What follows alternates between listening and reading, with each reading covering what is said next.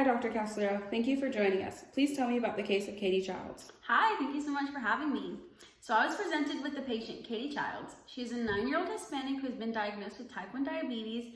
She has parents that struggle with addiction, and for that reason, she has been in and out of childcare. She has recently moved to a new foster home where she is struggling to fit in. She as well has dyslexia. She is such a sweet girl.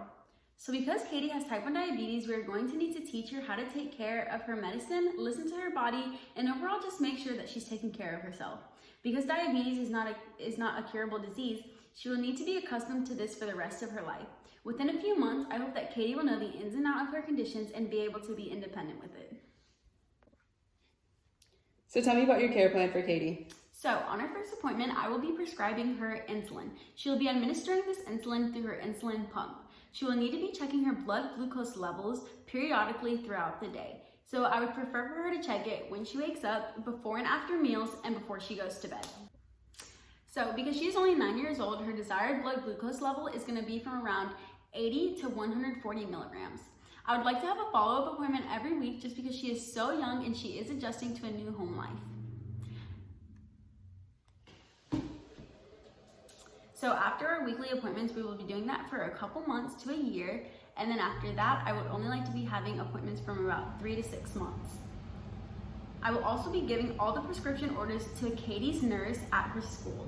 Katie will have to report to her nurse every single time she has to check her blood glucose level to make sure that she is administering the right amount of insulin and that she is staying healthy. How will you be working with Katie, social worker, and the dietitian to help her? Absolutely. We will be trying to facilitate a plan for Katie that meets the needs of her foster parents and as well herself. We want to make sure that she will be eating healthy and having a well-rounded diet. We also want to make sure that since she has been in and out of foster homes, that her social worker will be frequently checking in on her to make sure that everything is going well, since we do know that Katie has been having a hard time adjusting to her new home life. Wonderful. Thank you for your time. Now we have Morgan Garrett, the social worker. Thank you for joining us, and tell me about yourself and your credentials. Yeah, so I have a graduate and undergraduate degree both from the University of North Carolina at Wilmington. When I first came to college, I was originally undecided, not really knowing what I wanted to do. But in one of my courses, I had a professor come in and teach us about social work. I remember thinking that this was a really good career path for me because of the wide variety of jobs that I can get with a social work degree. From then on, I really knew that I wanted to help my community in any way that I could. So now I work for the Department of Social Services at New Hanover, specifically helping families and kids in the foster care system. Thank you. How will you be helping Katie through all this? Well, because I know that she's had a lot of trouble adapting to her new home life, I will be doing weekly check-ins with her foster care and with her school system. Because she does have dyslexia, I want to make sure that she is adapting to school and getting all the help and support she needs from her teachers. How will you be working with Rochelle and Tracy? Well, when I do my weekly check-ins, I will have to be checking in with Katie and her foster parents to make sure that she's been taking her insulin and to make sure that she's been following the diet plan made by the dietitian, Tracy. Hi, Tracy. Tell me a little bit about yourself, your career, and why you wanted to pursue nutrition. Hi, thank you so much for having me. So I am a registered dietitian, and I got my degree from NC State University, and I got my degree in nutrition. In order to get my degree, I had to complete a year-long internship my senior year. From then on, I went to take a state exam, and that got me my license to be a dietitian. I decided I wanted to become a dietitian because my parents were actually bodybuilders. So my entire life, I have been told how to treat your body right and how to fill your body with nutrients that it needs. So I just decided that I really wanted to learn everything that there is to know about food. What type of people do you usually work with? So typically I work with athletes just to help them with their diets, but I actually have a daughter who got diagnosed with type 1 diabetes. And from this, I decided to move my focus and work from athletes to children, because sometimes people forget that children need help with their diets just as much as adults do. Wonderful. So tell me how you plan to help Katie. Yes, so since Katie has been diagnosed with type 1 diabetes, I want to help Katie with eating. Since Katie has been diagnosed with type 1 diabetes, her diet is going to have to be a little more strict than kids her age. She will need to be monitoring what she eats and how much sugar she is intaking. So what I want to do is I want to help Katie be able to have the most normal diet that she possibly can. So this will mean that I'm going to have to work with her foster parents to make sure that they have good sugar substitutes so that way she can eat all the snacks that she loves. This will include such as having zero sugar soda, sugar-free maple syrup, and just pretty much a lot of sugar-free items. So because she is 9 years old, she will be intaking anywhere from 1,600 to 2,000 calories per day.